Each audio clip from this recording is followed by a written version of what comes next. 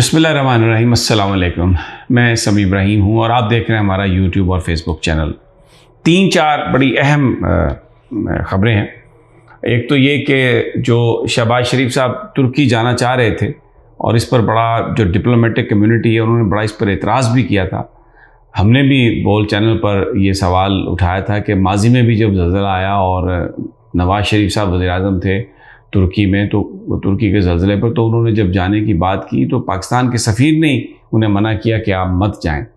और अभी भी लगता है ऐसा है कि वहाँ से किसी डिप्लोमेट ने इन्हें मना किया या तुर्की के हुकाम ने कहा है कि अभी हम मेज़बानी नहीं कर सकते, क्योंकि हमारी जो कौम है वो तो इस वक्त एक इंतहाई गम में मुब्तला है और हमारी एफ़र्ट इस वक्त और फोकस ये है कि हम लोगों को मलबे से निकालें और जो बीमार हैं, जो ज़ख्मी हैं, उनको वो हम दें, जो भी सहूलत दे सकते हैं।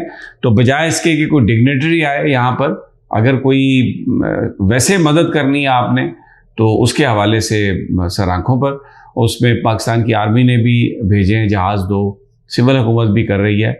लेकिन उन्होंने ये कहा, ये कम्युनिकेट किया रिपोर्टेडली कि अभी हम मेज़बानी नहीं कर सकते।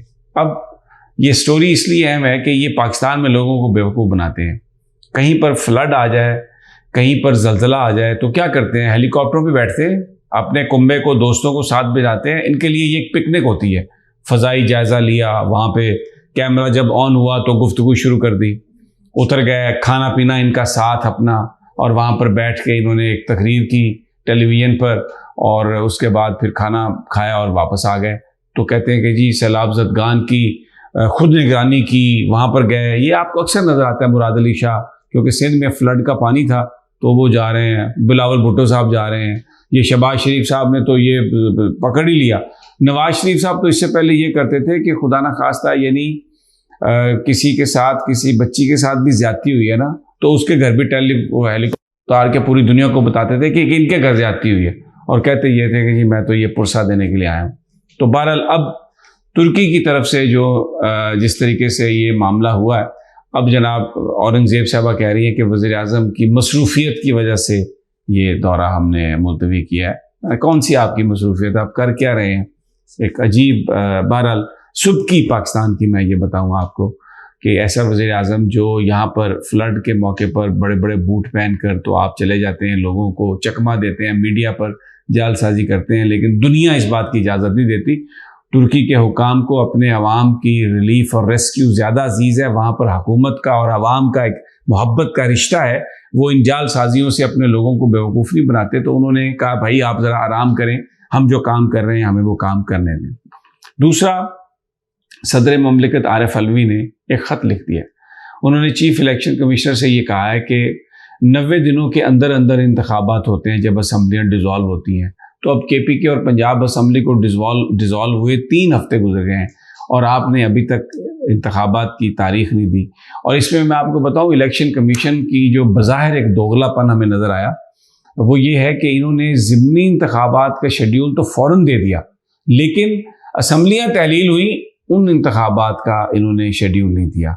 उस हवाले से लाहौर हाई कोर्ट में भी जस्टिस शाहिद करीम ने ये शायद जस्टिस जवाद साहब हैं, उन्होंने कल के लिए नोटिस कर दिया है इलेक्शन कमीशन को भी, गवर्नर को भी, कि आप आएँ और जवाब दें, क्योंकि वहाँ पर अज़हर सदीक एडवोकेट साहब ने एक एप्लीकेशन डाली है एक शहरी के बिहाफ पर। तो अब सदर ममलिकत का भी ख़त आ गया, और अगरचे ये सदर ममलिकत को मानते नहीं है, लेकिन एक उसकी आइनी हैसियत है। अगर कल कला में ये मामला सुप्रीम कोर्ट में जाएगा तो ये बिल्कुल फिर ये सारे जो स्टेप्स हैं वहाँ पर देखे जाएंगे कि किस किस ने कोशिश की और किस किस ने कोशिश नहीं की। तो ये फंस गई है हुकूमत और इलेक्शन कमीशन, क्योंकि ज़िमनी इंतखाबात का शेड्यूल तो ये फ़ौरन देने के लिए इन्होंने वो कर लिया, लेकिन जो असम्बलियाँ डिज़ोल्व हुई, जो आइन की रिक्वायरमेंट है, उसके लिए ये कहते हैं कि दहशतगर्दी का ख़तरा है और हम इलेक्शन नहीं करवा सकते, हमारे पास लॉ इन्फोर्समेंट नहीं है। लेकिन ज़िमनी इंतखाबात के लिए इन्होंने फौरी तौर पर 33 नशिस्तों का वो शेड्यूल दे दिया था। अच्छा, अब एक और बड़ी अहम खबर है जिसने एक दफ़ा जो सियासी मंजरनामा है उसमें खासी एक हलचल मचा दी है।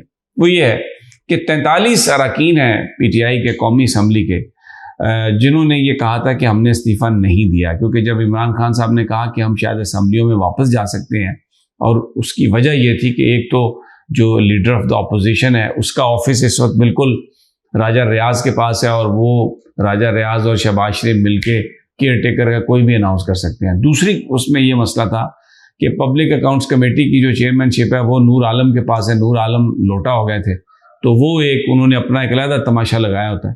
تو ایک تو وہ، اور لیکن جو سب سے بڑا جو ایک بینیفٹ تھا یا جس کی وجہ سے اسمبلیوں میں کچھ لوگوں کو واپس بھیجنے کا سوچا گیا تھا، وہ یہ تھا کہ سپریم کورٹ کے فیصلے کی روشنی میں، کیونکہ پارلیمان کے اندر راجہ ریاض جو ہیں وہ پی ٹی آئی کے لیڈر ہیں، تو پھر اگر وہ سارے کے سارے اعتماد کے ووٹ کی ضرورت پڑتی ہے شہباز شریف کو، تو اگر وہ ووٹ دیتے ہیں تو پھر اس کا ووٹ جو ہے نا وہ سپریم کورٹ کے فیصلے کی روشنی میں صحیح تسلیم کیا جائے گا، کیونکہ انہوں نے استعفے بھی اسی لیے قبول کیے تھے سارے کہ پی ٹی آئی کے باقی سارے ممبر ختم ہو جائیں اور صرف وہ راجہ ریاض اور ان کے 20-21 لوگ رہ جائیں گے، تو ہم کہیں گے کہ یہ تو پی ٹی آئی نے ووٹ دیا ہے اور یہ پارلیمانی قائد نے فیصلہ کیا اور وہ اکثریت میں ہے۔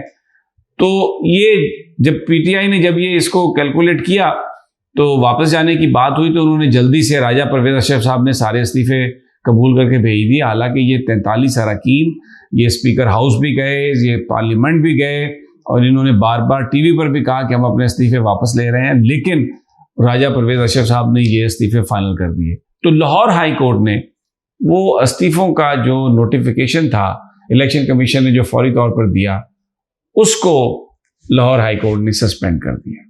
اب اس کا مطلب یہ ہے کہ وہ 43 جو ممبر تھے قومی اسمبلی کے، اب وہ اس وقت ممبر ہیں، اور اگر وہ ممبر ہیں تو اس کا مطلب ہے کہ راجہ ریاض جو ہیں وہ کسی صورت بھی پارلیمانی قائد نہیں بن سکتے اگر یہ 43 لوگ واپس جاتے ہیں اسمبلی میں۔ آج جوائنٹ سیشن بھی ہے، اب دیکھنا ہے کہ یہ کیا کرتے ہیں، لیکن ڈیفینیٹلی یہ واپس جائیں گے۔ عدالت نے نوٹس کر دی ہیں الیکشن کمیشن کو بھی، اور میرا خیال ہے الیکشن کمیشن کو بھی نوٹس کیا انہوں نے۔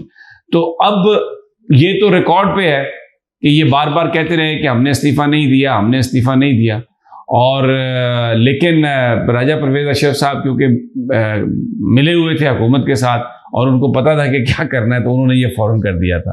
اب راجہ ریاض لیڈر آف دا اپوزیشن بھی نہیں رہیں گے، جس کو نامینیٹ کریں گے یہ 43 اراکین وہی ہوگا، اور پھر جو خواتین کی نشستیں اس پر بھی اگر وہ استعفے سارے ویلڈ ہو گئے ہیں تو جو نئی خواتین بنیں گی اس میں اسی تناسب سے آپ کو ممبرشپ ملے گی جو 2018 کے الیکشن میں تھے۔